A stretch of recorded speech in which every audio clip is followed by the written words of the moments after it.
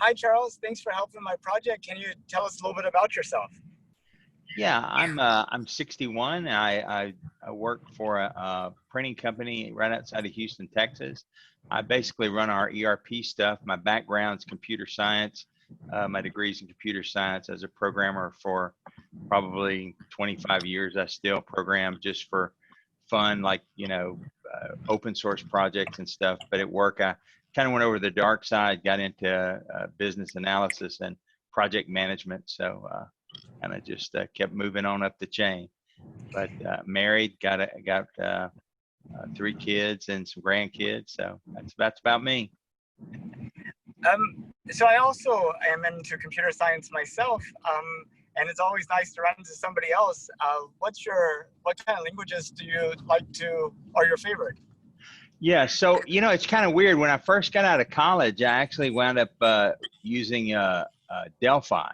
Was one of my first languages back in the day, but then I got into .NET like everybody else. So now C#.NET, and just doing a lot of, I still do a lot of stuff like that. One of the things, there was this computer game that went out of business. It was an online, massively multiplayer game. And so it got shut down. So we wrote an emulator for it. So that's my open source project that I kind of work on. So that's kind of fun stuff. Did you make the emulator in C#? Yeah. Oh, that's awesome. Yeah, it was a fun project to work on. Most of my professional stuff has been kind of business related. I've done everything from court management systems to wrote a system to do genetic testing and just all over the map. I was a consultant for years, so got to work on a lot of different interesting projects. That was a lot of fun. So pretty much everybody has to store data and do things with databases. Is Microsoft SQL Server your favorite, or do you have a different one? Yeah, I love SQL Server, but I do a lot of stuff. I've done a lot of stuff with PostgreSQL and a lot of the open source databases. Got into some NoSQL stuff and just doing all just whatever. I enjoy a lot of different databases, but I'm a Microsoft fan. I've had to work with Oracle before. I'm not a big Oracle fan, so they just make it too hard. Lately, I've been checking out SQLite. It seems like, there's so often you just need to store a little bit of data, run some queries, and you don't want to have the big overhead of having a server. Right. It's like free and light. That's pretty cool. So how did you find out about my project? I think I saw it on Twitter. Okay, awesome. Yeah, it was either Twitter or Facebook. I know it was on social media. I don't remember which platform, but I think I responded to something that you posted, and you reached out to me. And so, when did you find out that we were planning to go to the moon in 2024? You kind of broke up. When did I find out we were going to the moon in 2024? Exactly. Yep. Yeah. So. I follow all that stuff. I mean, I'm like subscribed to every SpaceX, NASA channel on the planet. I mean, nothing moves off this planet that I'm not watching the launch. So in my office, I have a picture, a big frame picture on my wall of a Falcon 9 launch. I mean, I'm just kind of a space nut. So I've been following all the different, of course, the government changes their mind, seems like every week. So, there's one program, now we're going to do Artemis, and I'm like, come on, let's just get there, man. I mean, pick one, let's go. Yeah, that's a big challenge, right? Because you have these changes in administration, and, you're constantly like pushing out the projects. And I think in some ways, the contractors are actually relieved. They're like, we only have to look like we're making progress, but we never actually have a bunch of things invested. Exactly. That's one of the things I really love about SpaceX. I mean, they're just getting out there and doing it, and like especially their Starship project. They've got, and it's such a cool thing that they've got live streams going 24 hours a day, and SpaceX isn't like trying to keep people out of it. So, I mean, you can watch them bending metal, man. I mean, they're out there, putting it together. So, blowing them up and keeping going. I know it's in some ways is a higher level of transparency than you see in aerospace. Exactly. Um, so so I guess you're looking forward to the Mars 2020 Perseverance rover launch tomorrow. Yes, I'm ready to watch that. My ticket name should be etched on the silicone that's going up, along with uh, Tori. He posted about his the guy from United Launch Alliance. He posted his ticket, and I posted mine, and we got the. I said, well, I guess it's getting crowded on that thing, man. There's a lot of us going. Exactly. Yeah, next year there's two U.S. companies that are landing probes on the moon, Intuitive Machines and Uh-huh. Astrobotic. And Astrobotic is doing this thing with DHL called the Dhl Moon Box. Have you Uh-huh. heard of it? Is that the one where you can help drive the thing, or is that a different project that I heard about? Well, the DHL Moon Box, you can send a quarter-sized object to the moon Oh, next year for about $450. oh man, I had not heard about that, but you can bet you just put a $450 hole in my pocket. Well, they have bigger size holes if you want them. I think that's the smallest size they have. Yeah. Oh, that's cool. Yeah, if you just, in fact, we have a representative from Astrobotic Uh-huh. coming to our North Houston Space Society meeting this Saturday. If you're Oh, interested in getting some more information about them. yeah, man, please do. Email me if you would. I'd love to go find out. Yep, I'll definitely do that. So it sounds like you're a very big space enthusiast, that you see like the benefits of space. Um, is it more of kind of neat that we're out there exploring, or do you see space as somehow being foundational to the future of humanity? What motivates your interest? Really both. I mean, I think it probably from a young age, I mean, I had, every Apollo poster in my room. I had globes. I had posters of the moon, all the planets. And I just think for humanity to progress, we have to, you have to be able to dream things, right? You have to have a goal.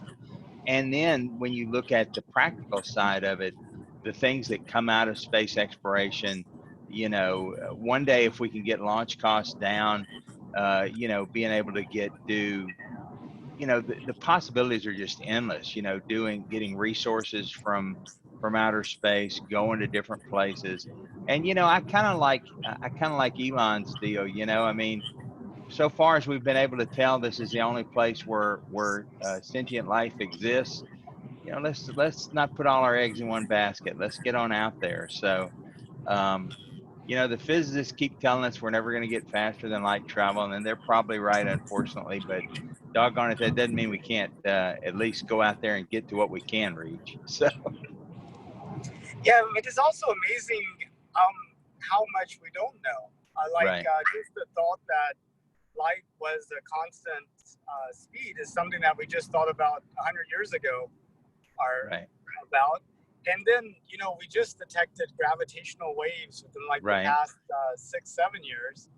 And I mean, there's like I just wonder, as we start observing the universe from places other than this one little bitty speck, Right. what kind of moments we're going to have with, oh my gosh, that's so obvious. All we had to do is look at it from these two different places, and you can see. Yeah, I mean, nobody would be happier than me if we solved that problem. I mean, that would be, but we'll never solve it if we don't keep trying, if we don't keep exploring, if we don't keep, investing in different, in different, scientific areas of research. I mean, it's just, and that's one of the things that I'm pretty excited about too, is that, you got Jeff Bezos with Blue Origin, you've got Elon Musk, and these guys have plans, and I think Elon's got the key, and same thing with Jeff. If we can get launch costs down, then the economic possibilities, it changes the whole equation. Instead of being billions of dollars that have to be government funded, to where you can make that you know, something that makes money and allows us to continue to move forward. So, you know, you know, I guess it's just part of being an American. But if there's money to be made, somebody's going to find a way to get up there and get it. So, Yeah, indeed. And you know, it's like to do anything in space is so prohibitively expensive. yeah, But there may be a lot of good ideas that we just have to test out that ultimately become profitable. right, Um, and it's like with this commercial lunar payload services program, where NASA is just buying a service to deliver, you know, something to the moon, and then those companies are free to do whatever they want to at their extra capacity. right. Kind of creates a space for us to try out things that would have been impossible before. Exactly. And, you know, I always wondered why we didn't, or more countries didn't get behind, like, you know, the X Prize, where it doesn't cost you anything if they don't do it. You know, okay, here's $1 trillion. If you can get us X, if you can get, you know, 100 pounds to Mars for less than $1,000, you just got $1 trillion. Go.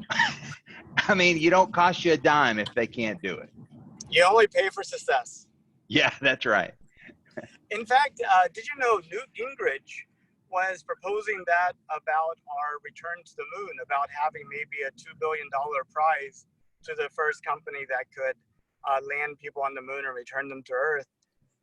And then, you know, essentially they would just pay that company $2 billion. Yeah, I'd heard it. I'd heard him make that proposal. I don't, you know, I just don't know how much appetite uh, people have with all the stuff that's going on.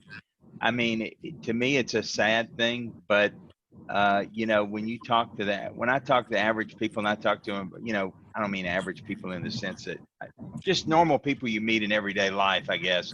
And I talk to them about space. Their eyes kind of glaze over. And what are you talking about, man? You know?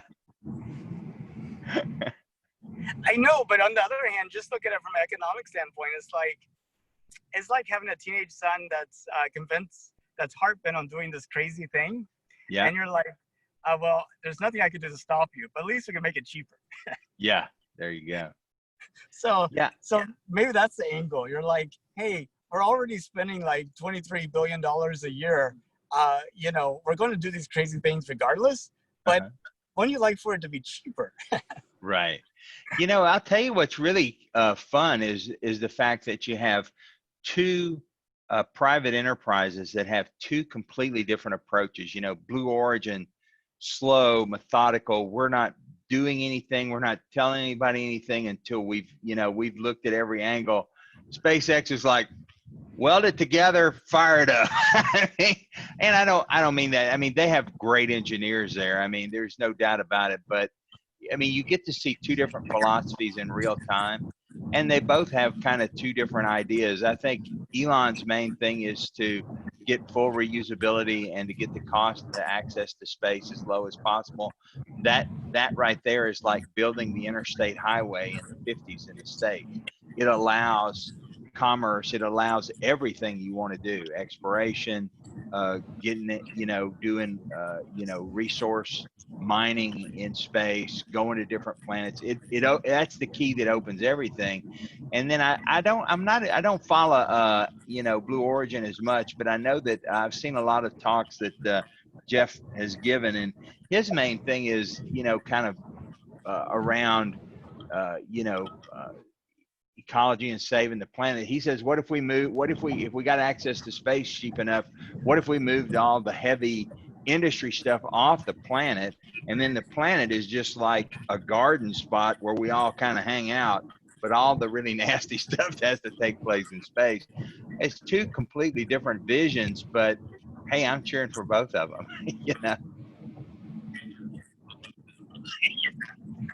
Oh, exactly. So you have that aspect of Jeff's vision that's different, but he's also very big into why even try to go to a different planet? Because Earth is like the absolutely best place, and Right. we'll probably have a better chance of creating an artificial environment in like some big space structure, Mm-hmm. and we could put that wherever we want to, as Right. opposed to having to travel far. It's kind of interesting. I can almost see us using kind of Jeff's vision of how we should live in space as like Uh-huh. a big cruise ship type thing that would Right. go and travel around who cares if it takes you 2 years to get there if the cruise is like, Right.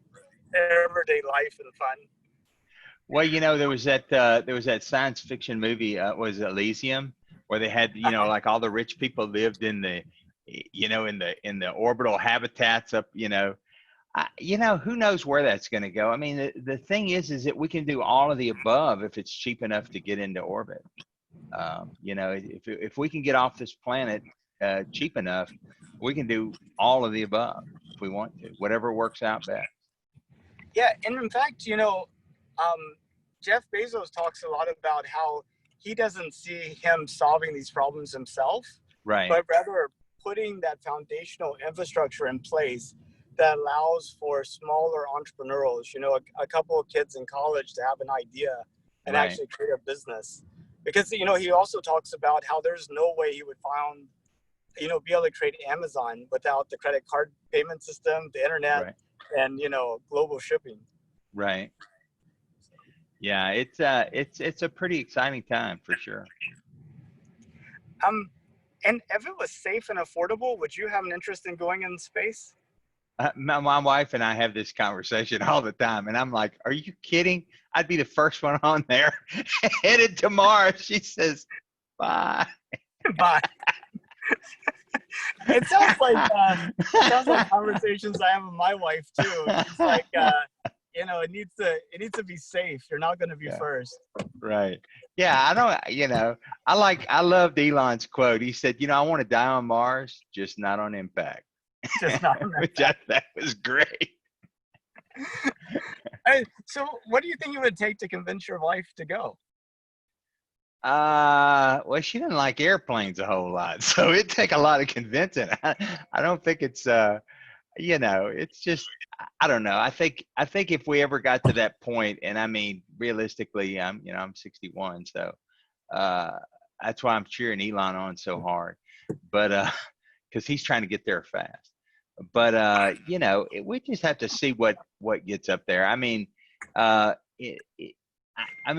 have no doubt that humanity, we have enough ingenuity, and we can figure things out enough that we could make a real habitable place on Mars. I mean, if we solve the problem of full reusability, and you can refuel in orbit, and basically getting up into orbit with metric tons of stuff is cheap enough, then I mean, I buy into the idea, fleets of ships heading over there, and with the resources that are available, we can solve the radiation problem, we can solve the oxygen problem, we can solve the fuel problem.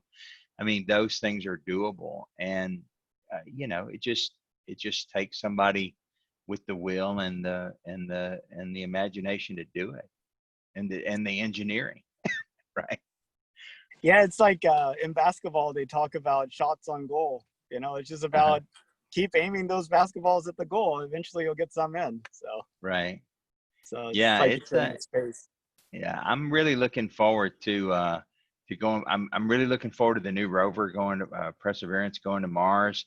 I think that's going to be awesome. I think, but I really want to see. I was 9 when we landed on the moon, and we haven't been back since. And we've been kind of hanging out in low Earth orbit, just kind of, circling around. That's great. But I just thought we'd be there by now. I mean, I would have never imagined I'd get to be, 50 years would go by and we wouldn't have a base on the moon. I mean, it just never occurred to me growing up that wouldn't be a thing. Yeah, it's unbelievable. I mean, it's so unbelievable. In fact, there are groups of people that even doubt the first thing happened. And, I think the most compelling argument that I've heard is, if we went, why do we stop? So I think that's even more reason to go back, is just to dispel that idea. Well, I've had Buzz Aldrin has liked a few things I tweeted at him, and but one of my favorite things about Buzz Aldrin is somebody came up to him and talked about how they faked the moon landing, and he clocked that guy. I don't know how old he was when he hit him. He's 90 now. He had to be in his 80s. And I was just like, go get him, Buzz. That was I mean, hilarious. it's so obnoxious. I mean, Yeah, there's like, I mean, it's an attack on his credibility. And right. also, who is he? You know, this Yeah, other guy. It's like, I was actually there on the moon. I'm telling you, I went. You right. know, I mean, You yeah. know, I tell you, it's at either it might be it might have been at the Houston Museum. I think it was at the Houston Museum, but it might have been at Space Center Houston. They actually have a moon rock in a case with a hole cut in there about the size of your hand, and you can actually touch a lunar rock. And I can't remember if that's at the Houston Museum of Natural Science or at Space Center Houston. And that was a big kind of thrill for me. And then they got a Falcon 9 out at Space Center Houston, and then the COVID hit, so they've been shut down ever since. I've been wanting to go walk under that Falcon 9 ever since they got there. So I know it's going to be great. And eventually, I imagine they'll have a Crew Dragon there too. I mean, yeah, there's no plans that have been announced, but it's just a matter of time. It's like used cars. Eventually, uh, yeah, you'll see them all over the place. You know. yeah. It's pretty slick. I'm looking forward to Bob and Doug coming back and making sure we get Demo 1 back safely. It's all kind of exciting stuff coming up. Waiting for a static fire. I've stayed up till about 11 o'clock, hoping we were going to get one last night down in Boca Chica, and it's not yet, but hopefully tonight. I think there's another road closure scheduled, so I'm always watching. Well, I think we're coming up about at the top of the hour. I actually don't have a clock in front of me, but Yeah, we got about maybe, I could probably do about 5 more minutes unless you're done. So. oh no, I'm good. So was there anything that you wanted to talk about that we didn't get to? No, well, just about the original lunar landing. I mean, I just remember, I can't, a lot of times I can't remember yesterday, but I remember staying up. I remember the little TV that I had. And, back then I was a big CBS fan, Cronkite, listen to the Cronkite. And I just remember, they had some kind of little weird simulation, right, to see the lunar lander going down. And I think he had one of the astronauts there with him.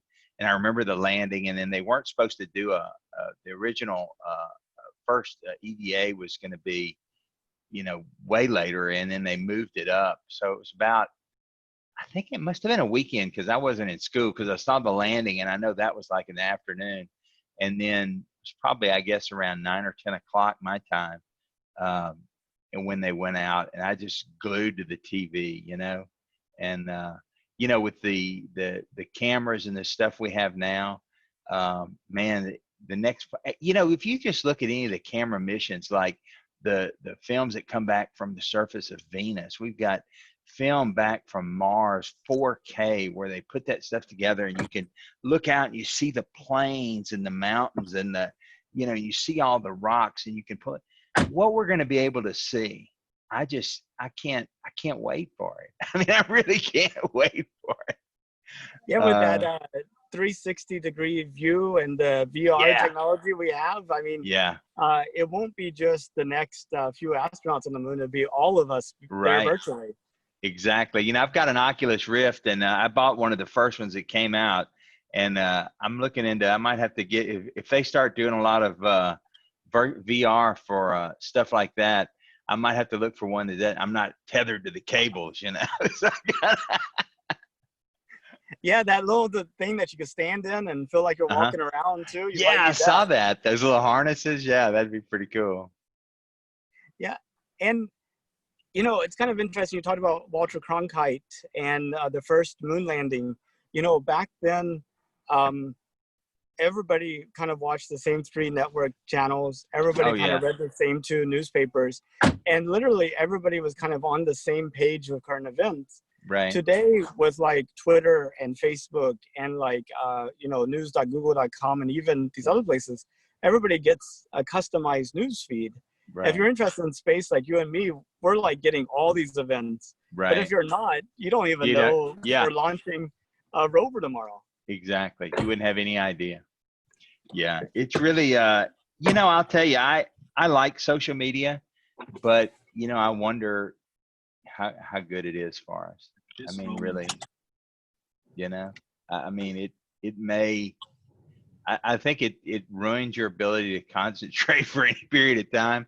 And I think it silos us and isolates us into little bubbles, and you see the news that, they think you need to see or you want to see or whatever. And I don't know.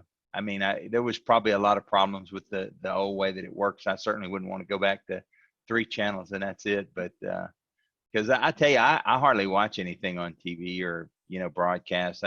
I look up creators that I'm really interested in on YouTube and follow those guys, and that takes me to somewhere else. I mean, you can't really be bored today if you have any curiosity at all, because the world is out there on the internet. It's like, I hadn't looked at calculus in a while, and you can go watch some MIT professor, teaching, calculus classes. So, you can't be bored if you're interested in anything at all.